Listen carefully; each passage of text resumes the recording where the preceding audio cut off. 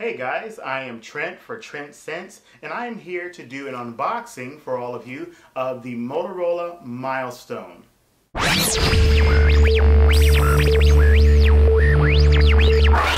Alright, we've got the retail packaging here for the Motorola Milestone. What we're going to do is slide the top cover off, and we have the device showing part way, and we have the Milestone.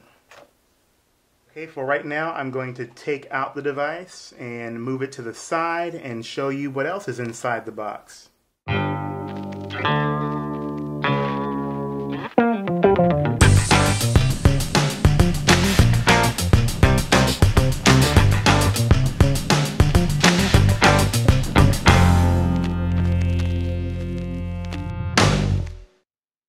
First off, I have to say that I am liking the size and overall weight of the device, even without the battery installed in it yet. The Milestone has a 3.7-inch TFT capacitive touchscreen, so it is of course a far cry from the Super AMOLED touchscreen on my Captivate. Just above the screen, you have an earpiece along with two sensors for proximity and ambient light. And at the bottom, you of course have the capacitive touch commands for back, menu, home, and search. If you take a closer look, you will see that the microphone is included on the chin of the Milestone. On the left side, you have access to a port for micro USB, and then on the right, you have tactile buttons for operating your camera shutter and volume rocker keys. The bottom has nothing to show for any features. It just remains to be a plain area for the chin.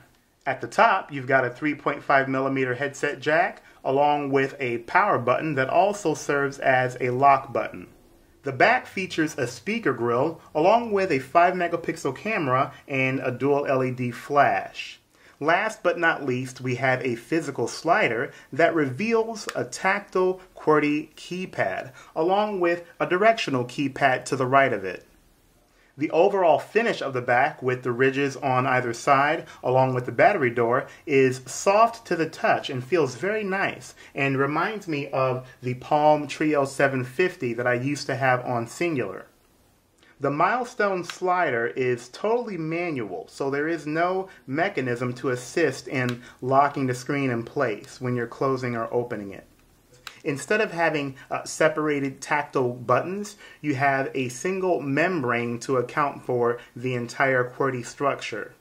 Now, just as one would expect, the Captivate is a bit taller than the Milestone and a little bit bigger due to the larger screen. And it also wins out in overall thinness in comparison to the Milestone because it does not have a sliding QWERTY keypad. What I do like about the Milestone thus far is that it does feel like it is worth the amount of money that would be paid for it by a consumer. The build quality is very solid, and I feel no signs of creaking whatsoever, and I do like the mixture of textures on the device with the soft touch on the back with the margins and the battery door, in addition to the metallic feel of the device itself.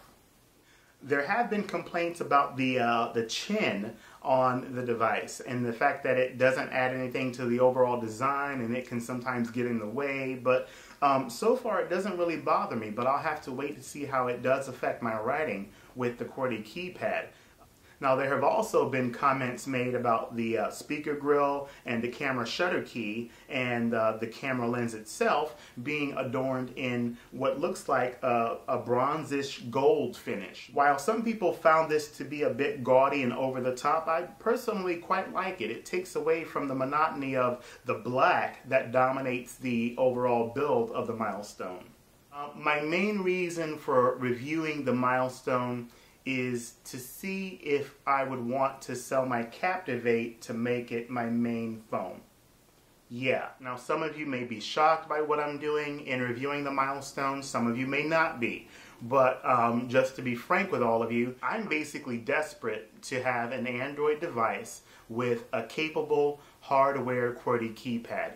That's it. That's all I want. There is Just nothing like having a tactile keyboard on the phone itself. You don't have to worry about carrying separate items such as keyboards with you.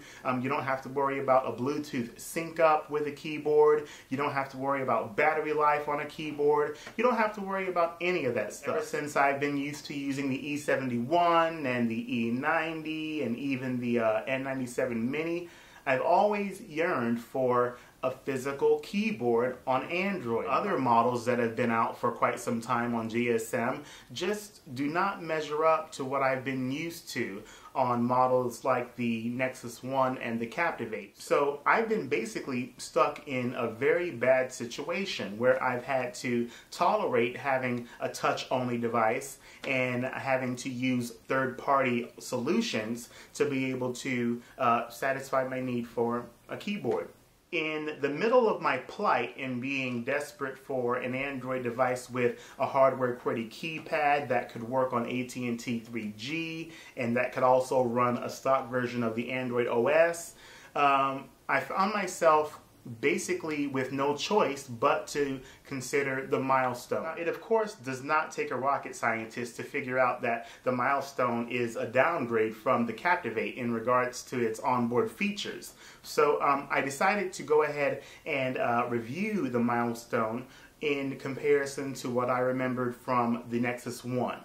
After taking some time to go to the gsmarena.com website to compare the specs of the Nexus 1 and the Milestone, I came to the conclusion that they're basically the same in many ways. Aside from the fact that the Nexus 1 has more internal memory and a better CPU, I'm thinking that the Milestone may be just the ticket to satisfy my need for stock Android, in addition to giving me a hardware keyboard at the same time. Speaking of being compared to the Nexus 1, I also like the fact that the Milestone has a number of different accessories created by Motorola that are made to custom fit the phone itself. Now for battery life, I'm expecting for the Milestone to be no different than the Nexus 1, if not better, for they both have the same kind of energy ratings on their batteries. Now, getting signal reception for AT&T 3G and GPS reception, in addition to audio quality from the earpiece and the loudspeaker, I am definitely eager to try all of those elements out in the midst of my review. And I'm not really expecting anything different from what I've been used to on the Captivate, minus the GPS working out of the box.